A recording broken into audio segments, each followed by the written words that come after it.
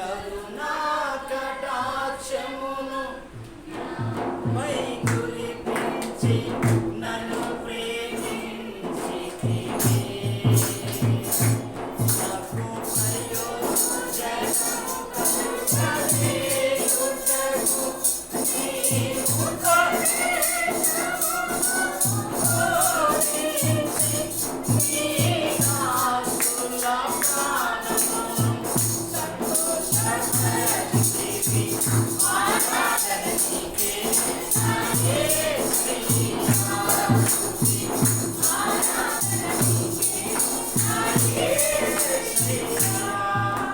నాకు పరిశుద్ధమైన నామానికి మహిమ కలుగును గాక. కూడి వచ్చిన దేవుడు అందరికీ శుభములు ఆశీర్వాదాలు దేవుడు అందరికీ దయచేయను గాక. అందరికీ తల్లందరికీ కూడా శుభములు, మీ అందరికీ శుభములు. దేవుడు మిమ్మల్ని దీవించును గాక. ఈరోజు అంతా మదర్స్ డే. వాస్తవంగా నిజంగా తల్లి లేకపోతే ఏది కూడా లేదు. ఇంట్లో స్టార్ట్ మొదటి లేసేదే తల్లి. ఏదైనా ఇవ్వాలంటే తల్లి, ఏదైనా చేయాలంటే చెప్తలేరమ్మా. ఏది సిద్ధం చేయాలి, అమ్మ ఇది చేసి పెట్టు, అది చేసి పెట్టు, అది చేసి పెట్టు. భర్త కూడా అంటాడు, అమ్మ ఇది తీసుకురాపో. ఇటు పిల్లలు చెప్తా అంటారు, ఇటు భర్త చెప్తా అంటారు. అట్లా అన్నిటి కూడా మూల కారణము తల్లి. కాబట్టి చూడండి ప్రజల ద్వారా మీ అందరికీ దేవుడు నన్ను నిండుగా ఆశీర్వదించును గాక. చూడండి, తల్లి అనే పదానికి చాలా అర్థం ఉన్నది. తర్వాత తల్లి లేని వ్యక్తి కూడా ప్రపంచంలో ఏ వ్యక్తి కూడా లేడు. అయితే మనం చూడాలి, ఈ దినాల్లో మనం గనక తల్లులమైన మనము ఎంత బాధ్యతయుక్తముగా మన కుటుంబాన్ని మనం సమర్థవంతంగా మన కుటుంబాన్ని ముందుకు నడిపిస్తున్నాం, లేక మన పిల్లలను దేవుని ప్రభువులో మనం పెంచుతున్నాం. తల్లిగా తండ్రిగా నీ బాధ్యత ఎంత బాధ్యతయుక్తంగా నీ జీవితం జరుగుతూ ఉన్నది. ప్రార్థన పూర్వకంగా నీ జీవితం ఎంత కొనసాగించబడతా ఉన్నది. ప్రార్థన వాక్యానుసారంగా నీ జీవితం ఎంత కొనసాగించబడుతున్నది. నీ ప్రార్థన ద్వారా నీ పిల్లలు ఎంత ప్రయోజకులుగా మారి, నీ ప్రార్థన ద్వారా లేక నీ ఆత్మీయ జీవితం ద్వారా నీ ద్వారా. ఎందుకనంటే ఎంతమంది కట్టబడతా ఉన్నారు, ఎంతమంది అభివృద్ధిలోనికి రాబడతా ఉన్నారు, ఎంతమంది ఆశీర్వాదకరంగా మార్చబడుతున్నారు అనేది దేవుని యొక్క ఆలోచన, నా ఆలోచన కూడా. రచనలు హల్లెలూయా. చూద్దాం మనం బైబిల్ గ్రంథంలో ప్రసంగి గ్రంథము 12వ అధ్యాయము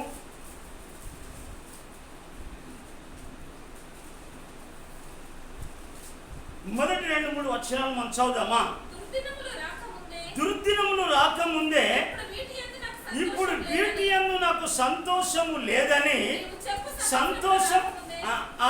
వీటి యందు నాకు సంతోషము లేదని నువ్వు చెప్పు సంవత్సరములు రాకముందే తేజస్సునకు సూర్య చంద్ర నక్షత్రములకును చీకటి కమ్మక ముందుకే వాన వెలిసిన తర్వాత మేఘములు మరలా రాకముందే నీ బాల్య దినముల యందు నీ సృష్టికర్తను స్మరణము తెచ్చుకో. చెప్పలు బట్టి ప్రభుత్వం అంటే చూడండి, ఇక్కడ ఏంటంటే దుర్దినములు రాకముందుకే, చెడు దినములు రాకముందుకే ఇప్పుడు వీటి యందు నాకు సంతోషము లేదని చెప్పు. సంవత్సరములు రాకముందే తేజస్సునకును సూర్య చంద్ర నక్షత్రములకును చీకటి కమ్మకు ముందే వాన వెలిసిన తర్వాత మేఘములు మరలా రాకముందేనట నీ బాల్య దినముల యందు నీ సృష్టికర్తను స్మరణకు తెచ్చుకో.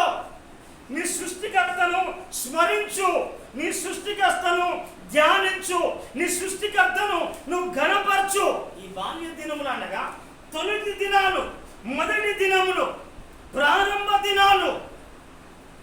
ఈ ప్రారంభ దినాల్లో నువ్వు ఎలాగైతే నీ సృష్టికర్తను ఎలా వెంబడిస్తావో, ఎలా ఆరాధిస్తావో, నీ పిల్లకు ఎంత అర్థము తెలియపరుస్తావో.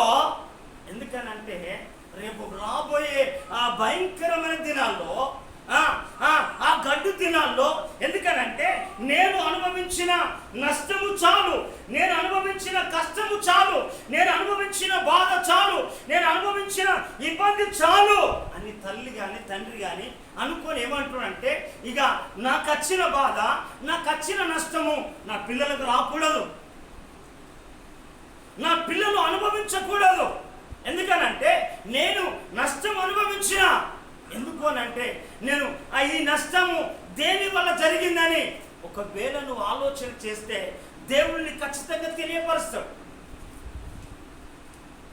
నువ్వు దేవుని దగ్గర నువ్వు ఆలోచన చేయకపోతే, దేవుని దగ్గర నువ్వు తెలుసుకోకపోతే, దేవుని దగ్గర నువ్వు యోచించకపోతే, ధ్యానించకపోతే, దేవునితో గడపకపోతే నీ నష్టము నీకు తెలియదు, నీ కష్టము నీకు తెలియదు, నీ బాధ నీకు తెలియదు.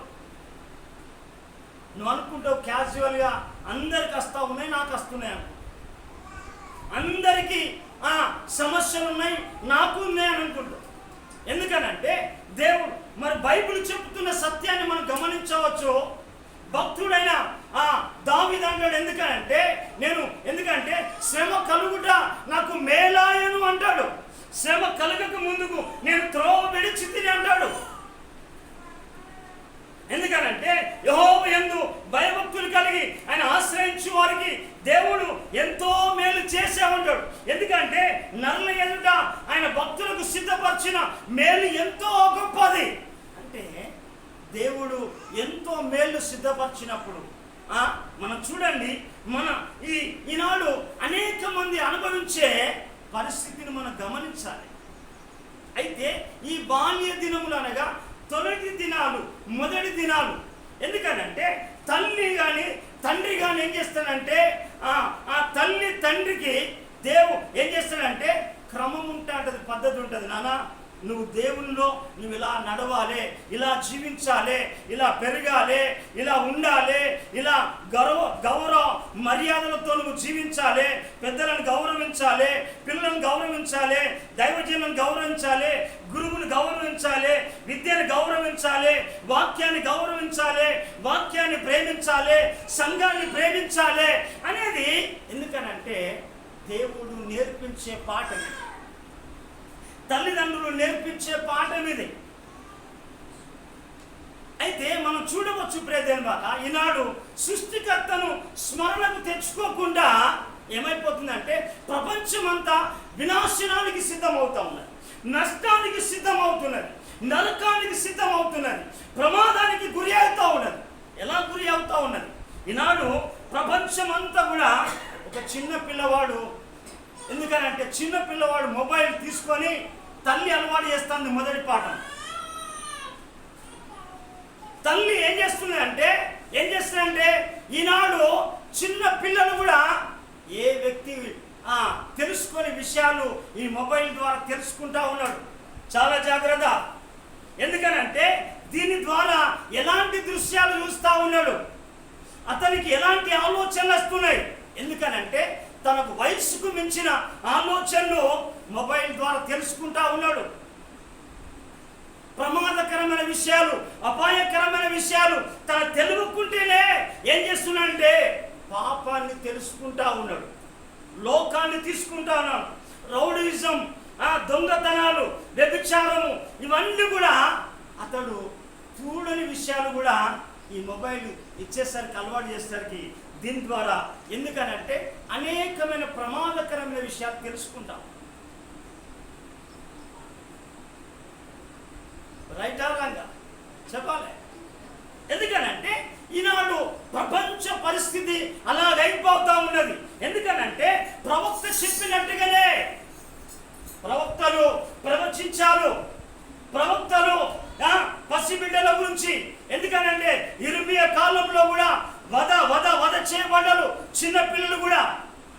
అయితే తర్వాత యేసు ప్రభు కాలంలో కూడా ఏ రోజు కూడా ఏం చేసిందంటే కంకణం కట్టుకున్నాడు, ఎవరు చిన్నపిల్లలు లేకుండా. ఎందుకంటే అందరూ కూడా రెండేళ్ల పిల్లలు అందరూ కూడా చంపివేయమని ఆసుపత్రిలో, తర్వాత ఎక్కడ పడితే అక్కడ కూడా తన రాజ్యాధికారాన్ని ఉపయోగించి చేస్తాం.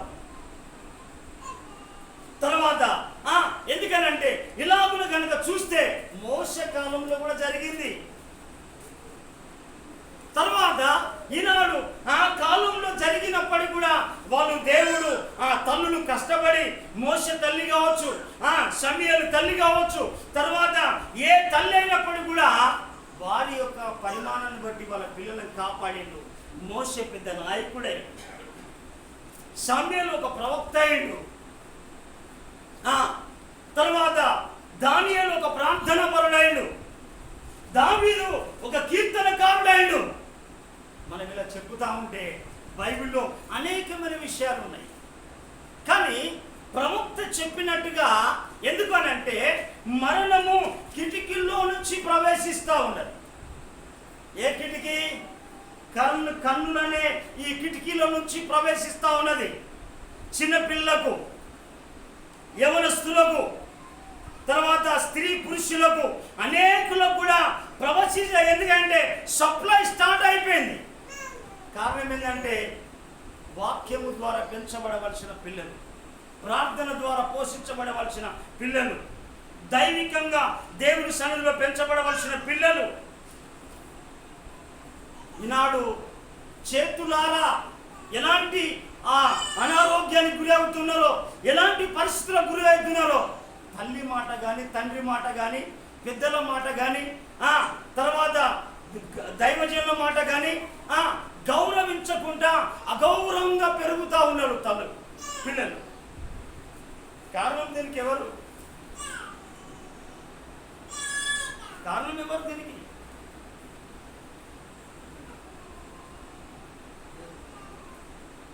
కారణం ఎవరు? చూడండి, ఇర్మియా గ్రంథంలో ఒక మాట చూడండి. ఇర్మియా గ్రంథం 9వ అధ్యాయం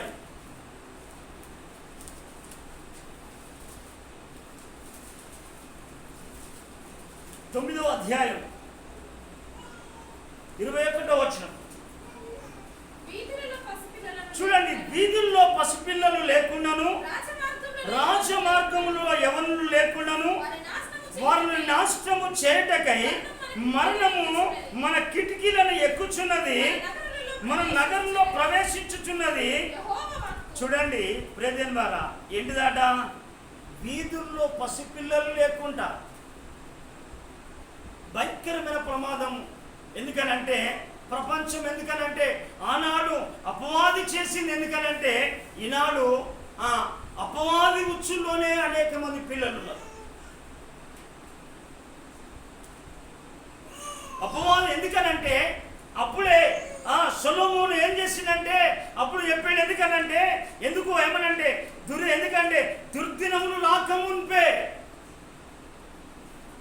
వీటి యందు నాకు సంతోషము లేదని, ఎందుకనంటే వీటి యందు నాకు సంతోషము లేదని ఏం చేశానంటే మళ్ళా సూర్య చంద్ర నక్షత్రములు చీకటి కమ్మక ముందుకే మళ్ళా మేఘములు రాకమునిపే నీ బాల్య దినముల యందు నీ సృష్టికర్తను స్మరణము తెచ్చుకో, స్మరించు, ధ్యానించు, అనుసరించు, దేవుని సన్నిధిలో నిలువు అంటే ఎప్పుడే తెలియరా.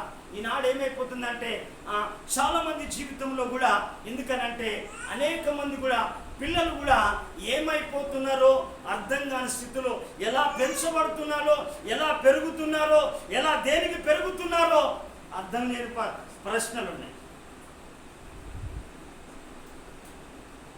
నిన్ను బోధించే బోధ చెప్పట్లేదా నీకు? నువ్వు వింటున్న బోధ నీకు తెలియపరచట్లేదా? నీ పిల్లల్ని ఎలా పెంచాలి, నీ కుటుంబాన్ని ఎలా పెంచుకోవాలి, సరి చేసుకోవాలి, నీ భార్యను ఎలా కట్టుకోవాలి, నీ భర్తని ఎలా కట్టుకోవాలి అనేది సంఘం కానీ దేవుని యొక్క వాక్యం కానీ నీకు తెలియపరచట్లేదా? గమనించాలి. అనాడు చందమామ రావే జాబిలి రావా అని అమ్మ కానీ అమ్మమ్మ కానీ పాట పాడుకుంటే గోరుముద్దలు వినిపించింది చిన్నబాబు. ఇప్పుడు ఏం చెప్తాంది? నానా ఎవరు కారణం? ఏ తల్లి కారణం? సవితి తల్లి. ఏ తల్లి? సవితి తండ్రిరా? పక్కింటోళ్ళ? గమనించాలా, చాలా జాగ్రత్త. అందుకే దేవుడు ఒక స్త్రీ మనోహ భార్య ఏం చేస్తుందంటే ఆమె గొడ్రాలు అయినప్పుడు దేవుని దగ్గర వేడుకుంటా అంటది. వేడుకుంటా అంటే దేవుడు అంటాడు కదా, అమ్మా నువ్వు గొడ్రాలు కనుక నీకు కాబోతా ఉన్నది కనుక పుట్టబోయే పిల్లలను నువ్వు ఎలా పెంచాలి, ఎలా క్రమం నేర్పాలి, ఎలా చేయాలో అని కూడా దేవుడు స్పష్టంగా మీకు తెలియపరిచాడు. చూడండి, బైబిల్ గ్రంథం మనం చూద్దాం. చక్కగా స్పష్టంగా దేవుడు తెలియపరిచాడు. ఏది మీ పిల్లలకు సిద్ధం చేస్తా ఉన్నావు, చాలా జాగ్రత్తగా విని మాట. చూడండి, న్యాయాధిపతుల గ్రంథము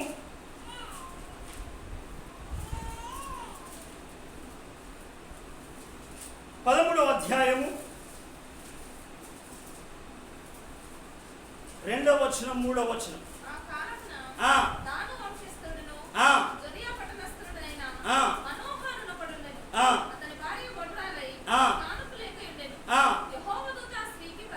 చూడండి, అప్పుడు ఏమైంది? కానుపు లేదు ఆమెకు.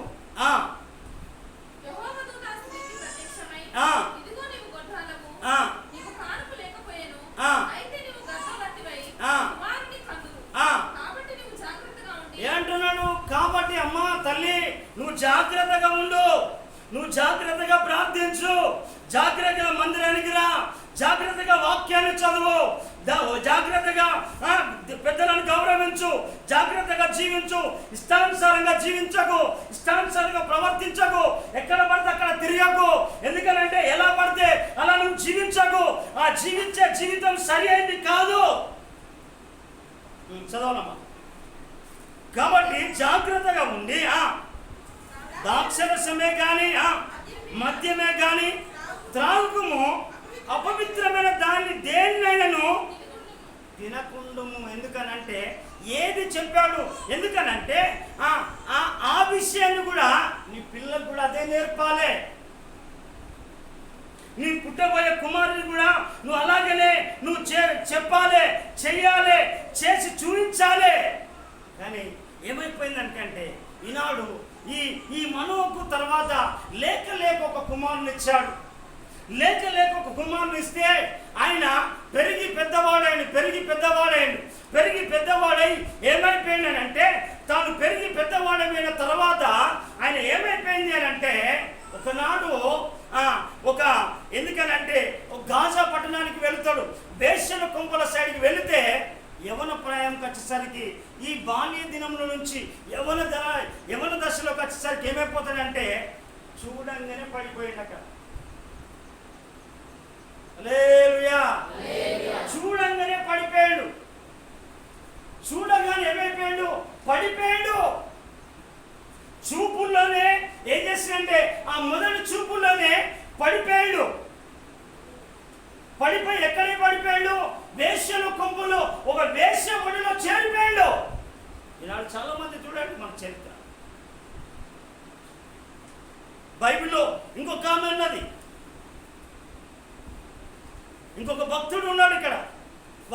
వాళ్ళ కుటుంబం కూడా పుట్టుకతోటే దేవునితో నడిచిన కుటుంబమే.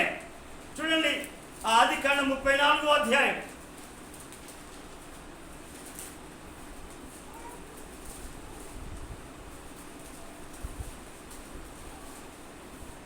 34వ అధ్యాయం మొదటి 2 వచనాలు. లేయా యాకోబు కనిన కుమార్తె అయిన దీనా ఆ దేశము కుమార్తెలను ఏం చూడవెళ్తుందో, పిల్లలు ఏం చూస్తున్నారో, ఏం వింటున్నారో, ఏం తింటున్నారో, ఏం దాగుతున్నారో, ఏం చేస్తున్నారో, ఎక్కడికి వెళుతున్నారో తల్లిదండ్రులే తెలియదు.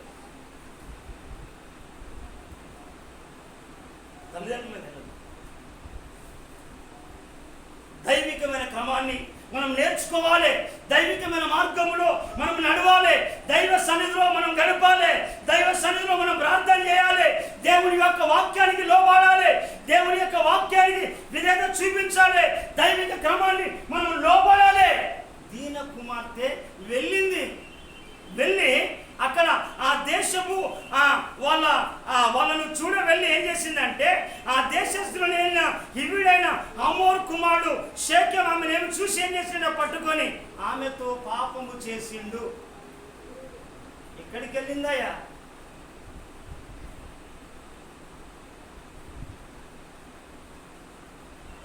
ఏ స్థితిలో నుంచి మారుతా ఉన్నారు, పిల్లలు ఏ వైపు వెళుతూ ఉన్నారు, నువ్వేం చేస్తూ ఉన్నావు? నీ భక్తి చేస్తున్నావా? నువ్వు దేవునితో నడుస్తున్నావా?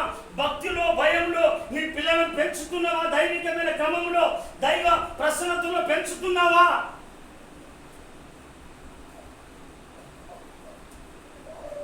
కోడి తనకిచ్చిన పిల్లలను కోడి గద్ద పాలు కాకుండా, కాకి పాలు కాకుండా, దేని కుక్క పాలు కాకుండా, దేని పాలు కాకుండా పిల్లలను ఆ కోడి కాపాడుకుంటా ఉంటుంది. శక్తికి మించి ప్రయాసపడి కాపాడుకుంటా ఉంటుంది.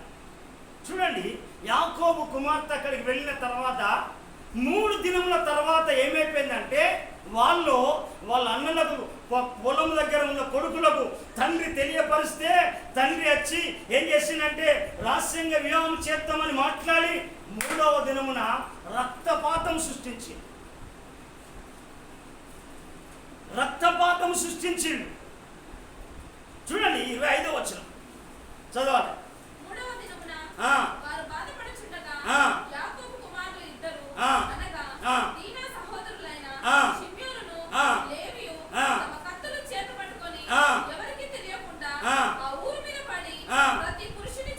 చూడు, తప్పు చేసింది ఒక్కడు, సంచి చెందమంది. నీ కాలంలో ఏం జరుగుతూ ఉంది?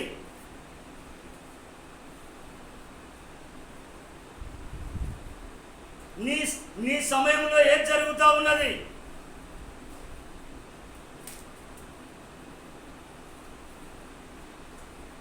నువ్వు ఏది వింటున్నావు? నువ్వు ఏది చేస్తున్నావు? దేని కొరకు జాగ్రత్త పడతా ఉన్నావు? నువ్వు ఏ క్రమంలో పెంచబడుతున్నావు? నీ పిల్లల్ని ఏ క్రమంలో పెంచుతున్నావు? చిన్నగా ట్రిప్ అయిపోతాను. ఎందుకనంటే ఈనాడు పిల్లలు ఎందుకనంటే త్రాగుడు, గంజాయి, ఎరాయిను, సినిమాలు, షికార్లు, తర్వాత రకరకాల ఎందుకంటే వయసుకు మించిన స్నేహాలు, ఎందుకంటే ఫేస్బుక్, యూట్యూబ్, ఇన్స్టాగ్రాము అన్ని రకాలుగా తయారయ్యి వాళ్ళ ఆత్మీయ జీవితంలో ఎందుకనంటే గౌరవం లేకుండా అగౌరవంగా పెరుగుతూ ఉన్నది నమ్మిన సమాజం. నేటి పిల్లలు రేపటి తరానికి ఎందుకంటే నవతరంగా పెరగవలసిన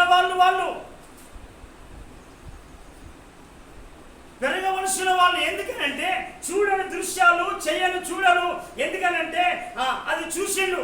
ఎందుకనంటే మనం కనుక ఒక తండ్రి యొక్క కుమారుని కనుక చూస్తే, మనం నోహు కుమారుని కనుక చూస్తే తండ్రి దుష్టులను చూసినందుకే శాపగ్రస్తుడైపోయాడు.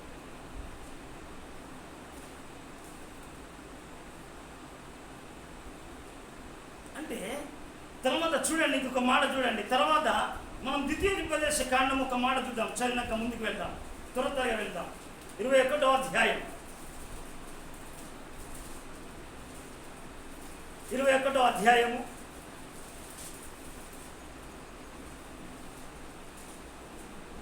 18-19 వచ్చినా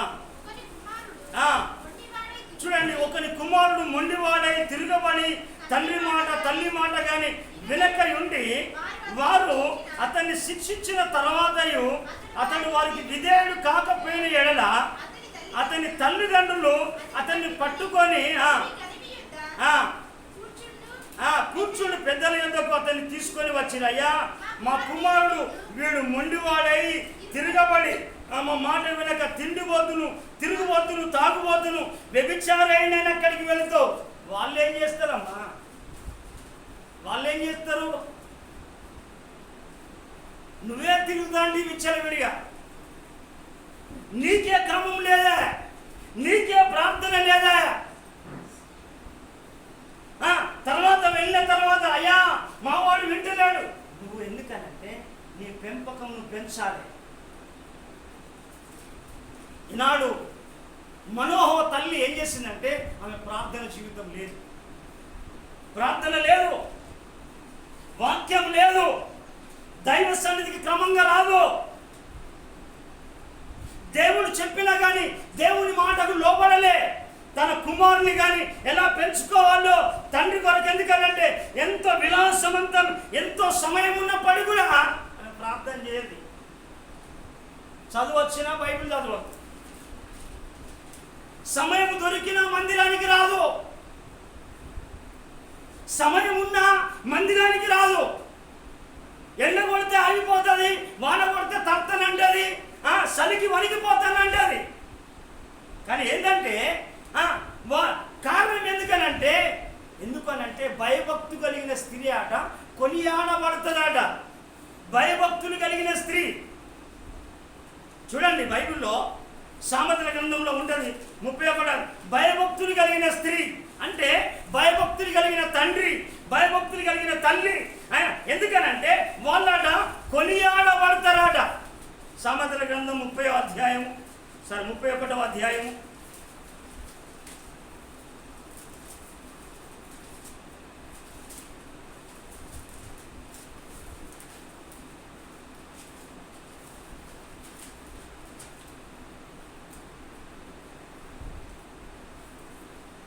వచనం.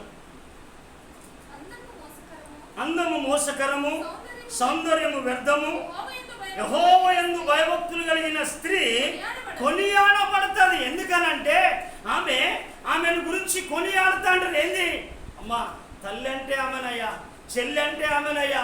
ఆమె తల్లిని చూసి నేర్చుకోవాలి, తల్లిని చూసి ప్రార్థన నేర్చుకోవాలి, క్రమం నేర్చుకోవాలి, పద్ధతి నేర్చుకోవాలి. తల్లి అంటే అలా ఉండాలి, తండ్రి అంటే అలా ఉండాలి. ఎందుకనంటే వాళ్ళ క్రమమే వేరయ్యా, వాళ్ళ పెంపకమే వేరయ్యా, వాళ్ళ ప్రార్థన జీవితమే వేరయ్యా, వాళ్ళ భక్తి వేరయ్యా, వాళ్ళ నడవడిక వేరయ్యా. అంటే నిన్ను బట్టి నలుగురు కొనియాడాలి. భక్తి కలిగిన తల్లయ్యా, భారంతో కలిగిన తల్లయ్యా, పరిశుద్ధురాలయ్యా తల్లి అంటే ఆమెను చూశాడ, ఆమె వాళ్ళ పిల్లాడ. ఎందుకంటే ఆమె పిల్లలాట చూసి ఆమెను ఏమంటారట చూడమ్మా,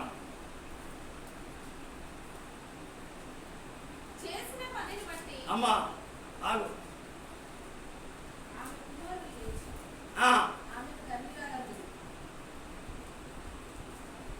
చదవాలమ్మా.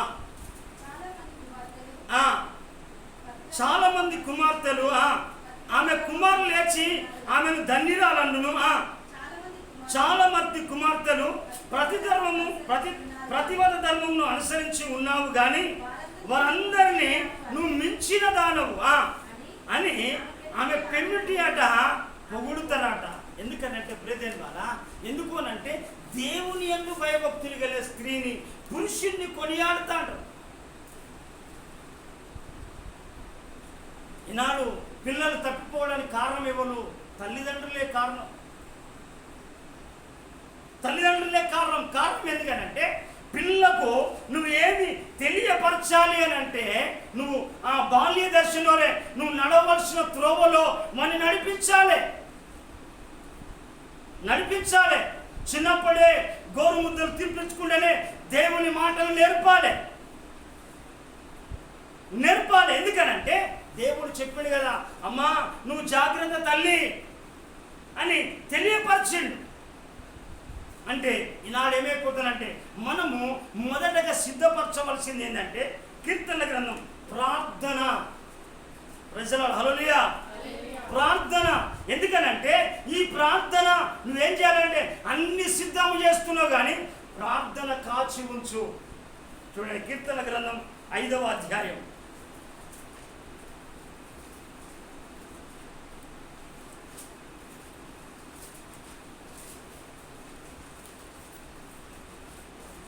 5వ అధ్యాయం 2వ వచనం 3వ వచనం. నా రాజా నా దేవా నా ఆత్మధ్వని ఆలకించుము, నిన్నే ప్రార్థించుచున్నాను. యెహోవా ఉదయమున నా కంఠస్వరమునికి వినబడును. ఉదయమున నా ప్రార్థన నీ సన్నిధిని సిద్ధము చేసి కాచి ఉంచుతును. చప్పట్లు కొట్టి ప్రభువుని గణపరచు. తల్లికి కానీ తండ్రికి కానీ ఉండవలసింది మొదట ప్రార్థన జీవితము. ప్రార్థనే పరిశుద్ధులను తయారు చేస్తా ఉంటది. ప్రార్థననే పవిత్రులను తయారు చేస్తా ఉంటది. ప్రార్థననే ప్రయోజకులుగా తయారు చేస్తా ఉంటది. ప్రార్థనే నువ్వు దైవికమైన క్రమంలోనికి నడిపిస్తా ఉంటది. నీ ప్రార్థనే వారిని స్వస్థపరుస్తా ఉంటది, బలపరుస్తా ఉంటది, ధైర్యపరుస్తా ఉంటది. ఒకవేళ తిండి పెట్టాలి కానీ నువ్వు ఒకవేళ తిండితోటే పెంచితే వాళ్ళు తిండిపోతులు, నిద్రపోతులు, తిరుగుబోతులు అవుతారు. ఎందుకనంటే నువ్వు ప్రార్థనతోటి మనం చేయాలి. ప్రార్థన అనేది చాలా ప్రాముఖ్యమైనది. భక్తుడు అరుణోదయమునే లేచి, యోబు అనే ఒక భక్తుడు ఏం చేస్తాడంటే అరుణోదయమునే లేచాక తన పిల్లలు తప్పిపోయిందో, దోషములో పడిపోయిందో, పాపములో పడిపోయిందో, అపవిత్రతలో పడిపోయిందో, లోకములో పడిపోయిందో, దేవునికి దూరం అయిపోతున్నారో, దైవికంగా ఎదగలేకపోతున్నారేమో, క్రమంగా మర్యాదగా వాళ్ళు పెంచబడలేకపోతున్నారో ఏమో అని ఆయన అరుణోదయమున లేచి ప్రార్థన, నిత్యము ప్రార్థన చేస్తున్నాడు. హల్లెలూయా, హల్లెలూయా. అరుణోదయమునే లేస్తా ఉన్నాడు. ఇక్కడ తల్లి కూడా ఏం చేసిందంటే అక్కడ ఆమె చీకటితోనే లేస్తుంది. ఎక్కడమ్మా చూడండి, చీకటితో లేస్తుంది. సామెతల గ్రంథం 30 15 ఆమె చీకటితోనే లేస్తుందట. చీకటితోనే లేస్తుంది. చూడండి చాలు నాన్న, ఆమె చీకటితోనే లేచి ఎందుకనంటే వానికి కావలసిన సిద్ధపరుస్తాండది. ఎందుకనంటే నువ్వు సిద్ధపరిచింది ప్రార్థనతో సిద్ధపరచు, ప్రార్థనతో నీ పిల్లల్ని పెంచు, ప్రార్థనతో నీ పిల్లల్ని సరిచేయి, వాక్యముతో సరిచేయి, వాక్యముతో నువ్వు నడిపించు, వాక్యానుసారమైన క్రమములో నువ్వు పెంచు. వాక్యము లేకపోతే నీ జీవితం వ్యర్థమైపోతుంది. ఎందుకనంటే వాక్యానుసారమైన జీవితమే సరి అయిన జీవితము. వాక్యము లేకపోతే నీ పిల్లలు కట్టబడలేరు, నీ పిల్లలు పెంచబడలేరు. ఎందుకనంటే దేవుని యొక్క వాక్యము చెప్పుతా ఉన్నది. ఏ వాక్యము చెప్తా ఉన్నది? 119వ కీర్తనలో 9వ వచనం చెప్తా ఉన్నది. 119వ కీర్తన 11వ వచనం చెప్తా ఉన్నది. 119వ కీర్తన 3వ వచనం చెప్తా ఉన్నది. ఎందుకనంటే ఆ ప్రార్థన అనేది చాలా ప్రాముఖ్యమైనది. ఎందుకనంటే ఆ ప్రార్థన ఏం చేస్తాంటే, ఎందుకంటే యవనస్తులు దేని చేత తన నడవడికని శుద్ధి చేసుకుంటారంటే నీ వాక్యము చేతనే కదా.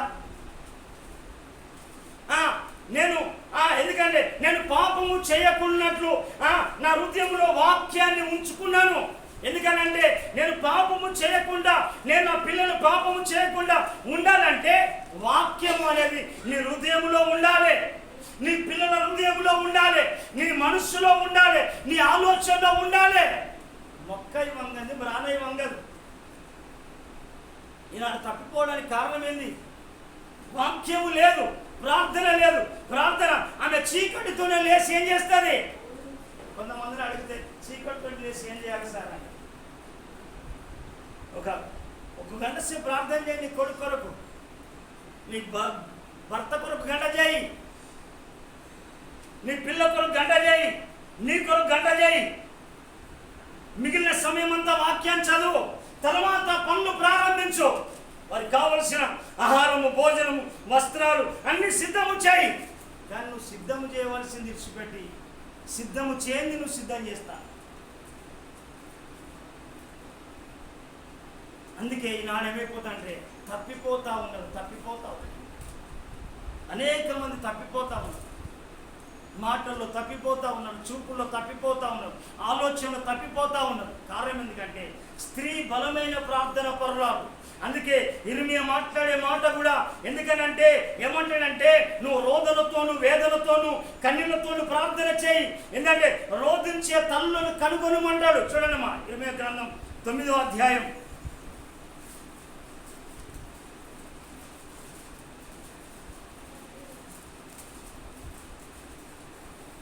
ఇర్మియా గ్రంథము 9వ అధ్యాయము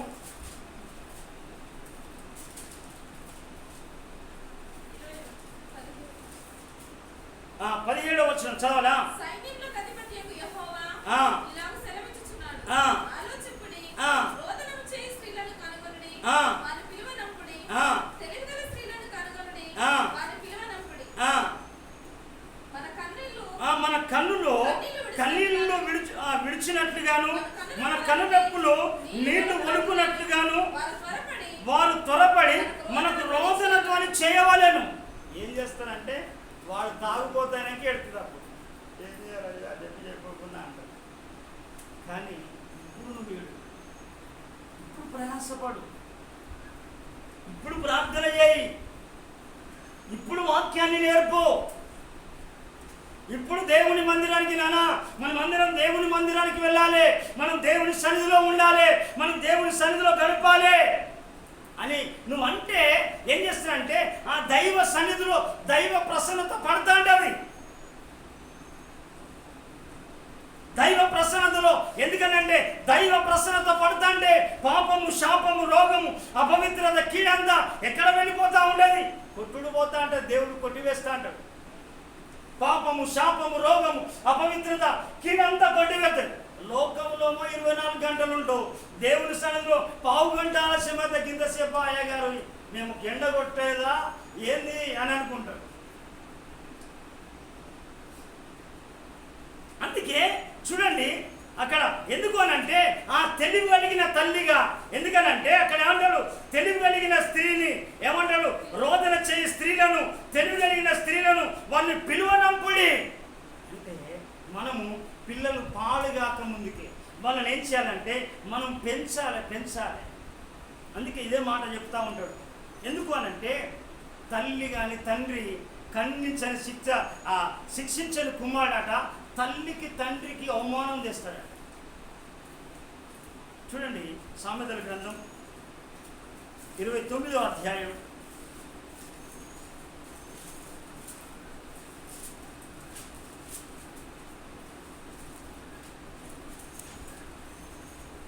17వ వచనం. నీ కుమారుని శిక్షించిన ఎడల అతడు నిన్ను సంతోషపరచును, నీ మనసుకు ఆనందము కలగజేయను. చూడండి ఎందుకనంటే అయ్యా మందిరాన్ని తీసుకురమ్మంటే చిన్న పిల్లగాడు ప్రార్థన ఇప్పుడే చేస్తాడా? ప్రార్థన ఇప్పుడే చేస్తాడా? చిన్నపిల్ల అయ్యా, మరి చిన్నపిల్ల చేష్టగా చేస్తాడా? ఒక 5 సంవత్సరాల క్రితం నేను పెద్దమ్మగడకైనా 13 సంవత్సరాలు లేదు పాప, వాడిని ఇచ్చి చేస్తామని వెళ్ళిపోమంటావు అంటది.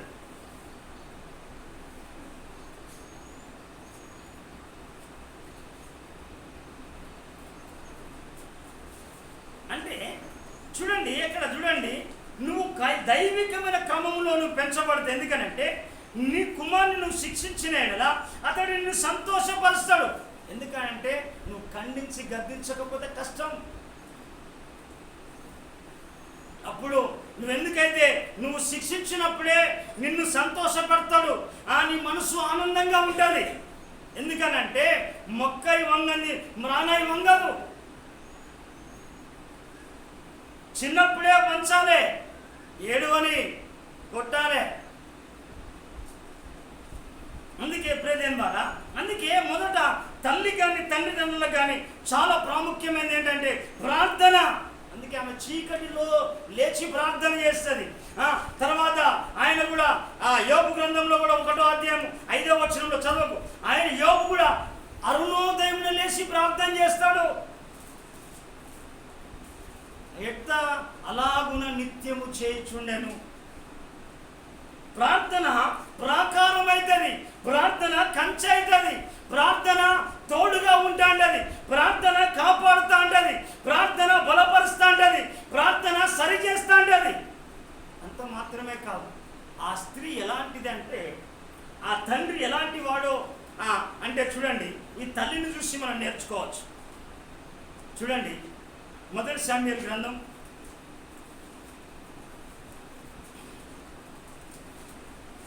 25వ అధ్యాయం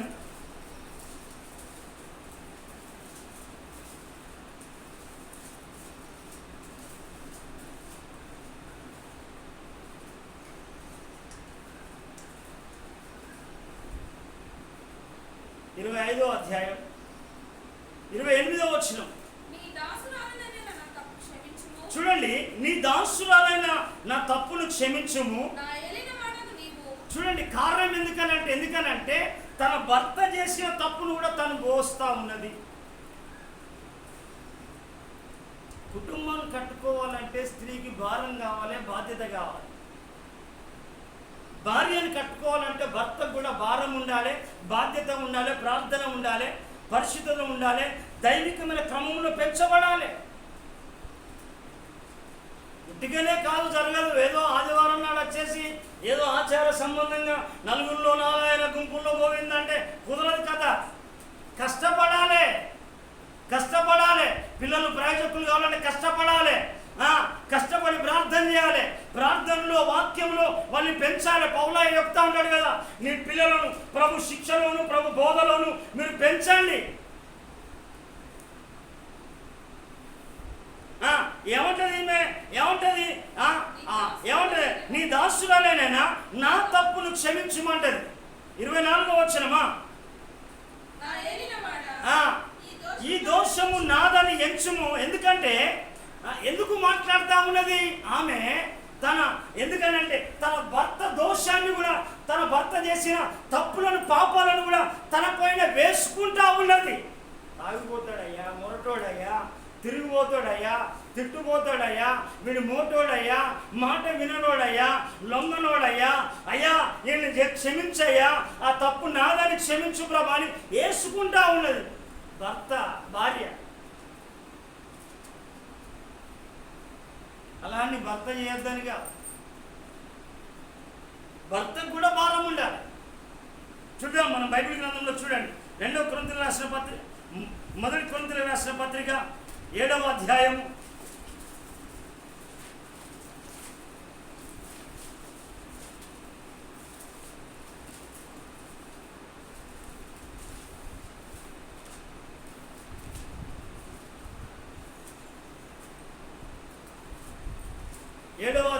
14వ వచనం, అవిశ్వాసి అయిన భర్త భార్యను బట్టి చూడండి. ఎందుకనంటే అవిశ్వాసి అయిన భర్త భార్యను బట్టి పరిశుద్ధ. నీ ప్రార్థనని అంటానా, నువ్వు ఎంత ప్రార్థన చేస్తావో అంత ఫలితాన్ని అనుభవించగలుగుతావు. ఎంత ప్రార్థన లేకుండా జీవిస్తావో అంత నష్టాన్ని కూడా అనుభవిస్తావు.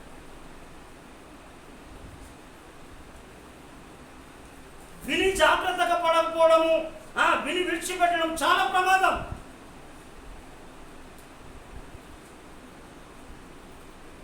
చదమ్మా. అవిశ్వాసులైన భార్య విశ్వాసి అయిన భర్తను బట్టి పరిశుద్ధపరచబడతాడు. ఎందుకంటే భర్తను బట్టి భార్య, భార్యను బట్టి భర్త పరిశుద్ధపరచబడతా అన్నాడు. అయ్యా వస్తలేడయ్యా అంటే నీ దగ్గర ప్రార్థన శక్తి కావాలి, ప్రార్థన బలం కావాలి, ప్రార్థన అభిషేకం కావాలి, ప్రార్థన ఆత్మతో నింపబడాలి, ప్రార్థించే కృపతో నింపబడాలి, ప్రార్థన ఆ శక్తితో నింపబడి గంటలు గంటలు గంటలుగా ప్రార్థన చేయాలి. అందుకే ప్రార్థన ఎందుకనంటే ఈనాడు ఏమైపోతారు, బాల్య దశల నుంచి యవన దశలోనికి వెళుతూ ఉన్నారు పిల్లలు. వెళ్ళినప్పుడు వాళ్ళ క్రమంగా ఎలా పెంచబడాలి బైబిల్ చెప్తా ఉన్నది. బైబిల్ ఏం చెప్తా ఉన్నది? ఎందుకు చూడండి, మనం బైబిల్ గ్రంథం యెషయా గ్రంథం 40వ అధ్యాయం 30వ వచనం.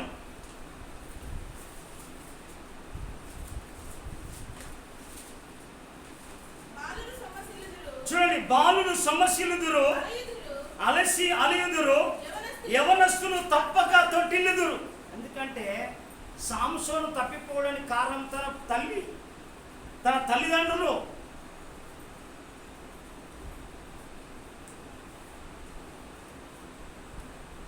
శుభ్రంగా తిండి పెట్టడమే కాదు, నువ్వు ముఖ్యంగా దైవికమైన క్రమంలో పెంచాలి. తిండి పెట్టద్దని కాదు, మంచి భోజనం పెట్టు వాళ్ళకు. కానీ దైవికంగా వాళ్ళు ఎంత జ్ఞానవంతులు అవుతున్నారు, ఎంత ప్రయోజకులు అవుతా ఉన్నారు, ఎంత ఆశీర్వాదకరంగా మారబడతా ఉన్నారు, ఎంత దేవుల్లో ఎదుగుతూ ఉన్నారు, ఎంత ప్రయోజకులుగా మారుతూ ఉన్నారు.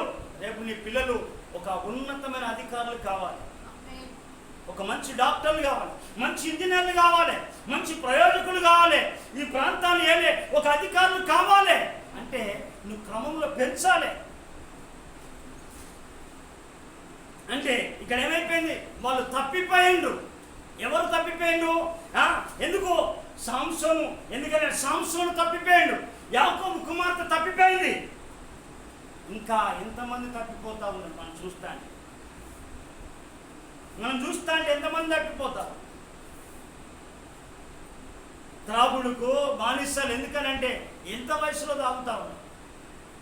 గంజాయి. ఎందుకంటే మొన్న కాయ చేసిండు సార్, ఇక్కడ గంజాయి స్మగ్లింగ్ జరుగుతుంది, గంజాయి అమ్మేటైనా ఇక్కడనే కిరాయికుంటాడు సార్ అని లొకేషన్ ఇక్కడనే అవపడుతుందని నాకు ఎరకొచ్చింది. నాకు తెలియదు బ్రదర్ అని చెప్పి పోలీసులు వచ్చి ఇక్కడనే 10 సెంటీమీటర్లో నాకు కనబడుతుంది సార్ అంటే సర్చ్ చేయండి అని చెప్పేసి. గంజాయి, హెరాయిన్, స్మగ్లింగ్, వ్యభిచారం, రకరకాల అన్నీ కూడా ఈనాడు యవనస్తులే. దానికి కారణం ఏంది?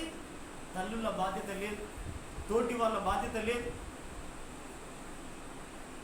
కనీసం అయ్యో ఎందుకనంటే యేసు ప్రభు చెప్పినట్టుగా ఈ చిన్నవారిలో ఒక్కడు నశించుట కూడా దేవుని చిత్తము కాదని దేవుని యొక్క వాక్యము సెలవిస్తా ఉన్నది. దేవుని బిడ్డగా, దేవుని సేవకుడుగా దానికి బాధ్యత మనం లెక్కప్పచెప్పాలి. నువ్వు నేను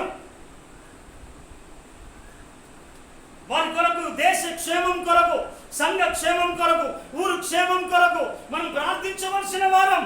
రాజుల కొరకు, అధికారుల కొరకు, నాయకుల కొరకు, చిన్నపిల్లల కొరకు ప్రార్థించవలసిన బాధ్యత నీ పైన, నా పైన దేవుడు పెట్టాడు.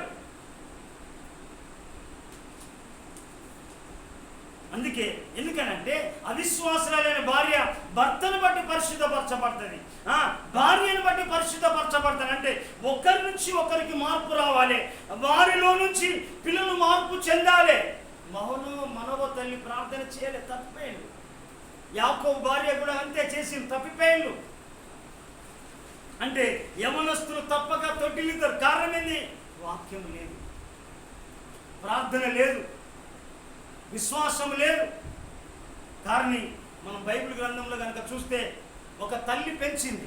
ఎవరు? ఒక తల్లి పెంచింది. ఎవరు ఆ తల్లి?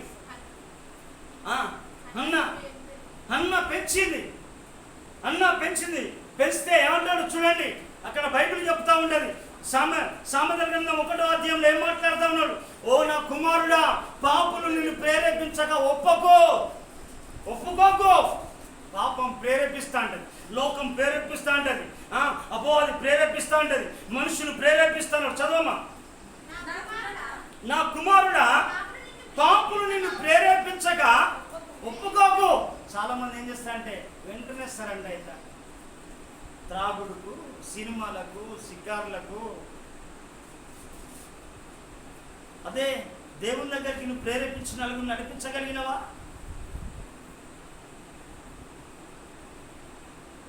అందుకే దేని వల్ల మనం ఎందుకనంటే ఆ తల్లి పెంచింది. అన్న ఏం చేసింది?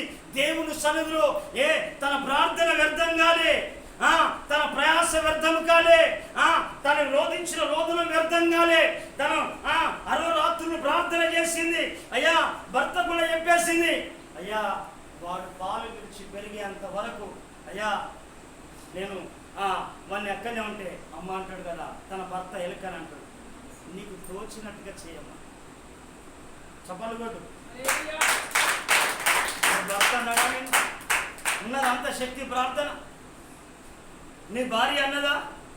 అయ్యా నువ్వు మందిరంలో గడుపు. నీ భార్య అన్నదా? నీ భర్త అన్నదా? కానీ ఆమె ప్రార్థన శక్తి, అది ఆమె ప్రార్థన అభిషేకం అంత ప్రార్థనలో బలంగా ఉన్నది. దేవుడంటే నమ్మకం, దేవుడంటే విశ్వాసం, దేవుడంటే అంత ప్రగాఢమైన నమ్మకముతోటి, అంత యథార్థముతో, భక్తితో, భయముతో, విశ్వాసముతో దేవుళ్ళో గడుపుతూ ఉన్నది. ఏలి కుమారులు, యాజకుని కుమారులు భయంకరమైన ఘోర పాపము చేసినప్పటికీ కూడా పాపం వైపు కన్ను చూడలే సమూయేలు, లోకం వైపు చూడలే. దేవా నా కుమారుడు పాపాన్ని చూడద్దయ్యా, లోకాన్ని చూడద్దయ్యా, లోకాశంలో పడిపోకూడదయ్యా, అపవిత్రంలో పడిపోకూడదయ్యా, కీళ్ళలో పడిపోకూడదయ్యా, ఏది కూడా ఆకర్షించకూడదయ్యా, నువ్వే ఆకర్షించాలి. నీ సన్నిధిలోనే ప్రభా అతడు ఎదగాలి, అతడు పెరగాలి, అతడు ఫలించాలి అని ప్రార్థన చేసింది. తండ్రి ఏకీభవించండి. ఎలుక అమ్మా నీకు తోచినట్టు చేయి, నువ్వు ఎలా చేస్తావో అలా చేయి, నీకు ఎంత క్షేమం అనిపిస్తుందో అలా చేయి. కానీ నీ ప్రార్థన ఎలా ఉన్నది? నీ పిల్లల పట్ల నీ ప్రార్థన ఎలా ఉన్నది? చూడండి, మనం చూడండి 1 శామ్యూయేలు గ్రంథం 1వ అధ్యాయం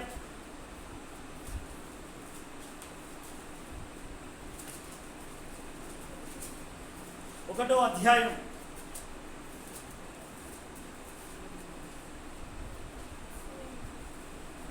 22, 23. అయితే అన్న బిడ్డ పాలు విడిచి వరకు నేను రాను, వాడు యెహోవా సన్నిధిని అగ్గుపడి తిరిగి రాక. అక్కడ అండర్లైన్ చేసుకో, ఎక్కడికట? వాడు యెహోవా సన్నిధిలో అడుగు ఏం చేయాలట? అక్కడనే ఉండి అక్కడనే పడి ఏమంటాడు అక్కడ? యెహోవా సన్నిధిని అడుగు పడి తిరిగి రాక అక్కడనే ఉండునట్లు నేను వాడిని తీసుకొని వద్దునని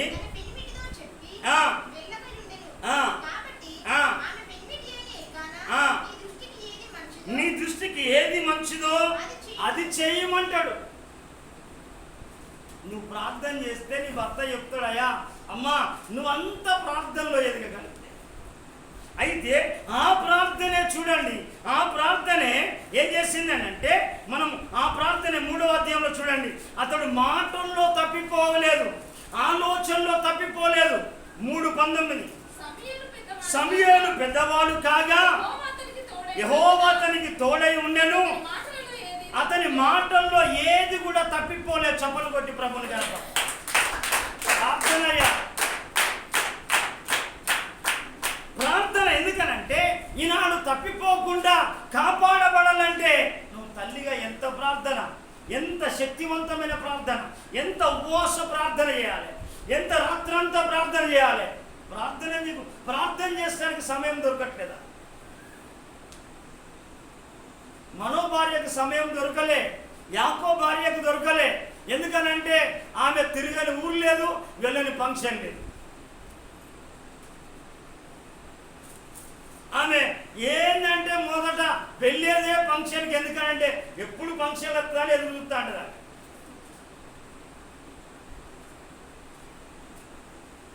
ఫంక్షన్ అంటే ముందు ఉంటుంది, దేవుడు అంటే వెనుకుంటుంది.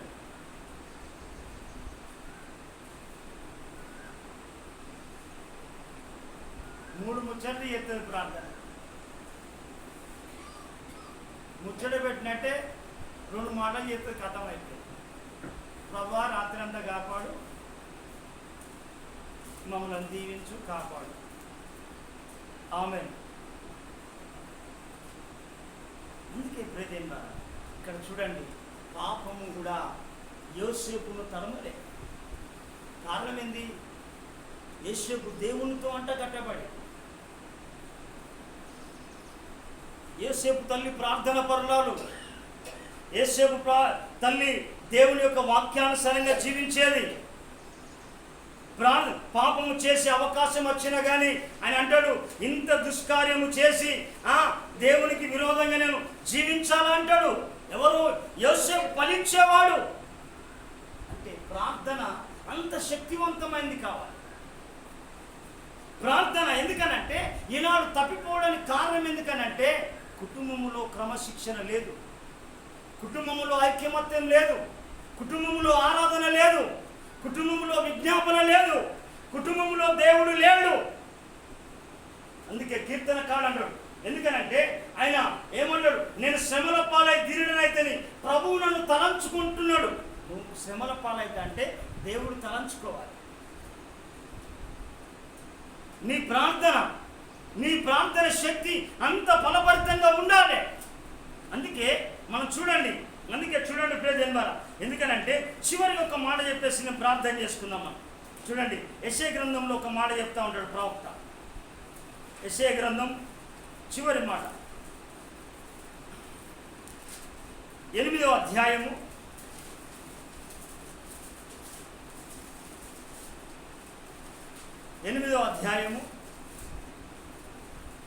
18వ వచనం. ఇదిగో నేనును యెహోవా నాకిచ్చిన పిల్లలను సియోను కొండ మీద నివసించు సైన్యములకు అధిపతికి యెహోవానని సూచనలుగాను మహత్కార్యములుగాను ఇశ్రాయేళ్ల మధ్యలో ఉన్నామంటాడు. చప్పట్లు కొట్టి ప్రభుని కనపడ. ఎక్కడ ఉన్నారట వీళ్ళు? ఆయన యెషయా ప్రవక్త ఏమంటాడంటే, ఇదిగో నేనును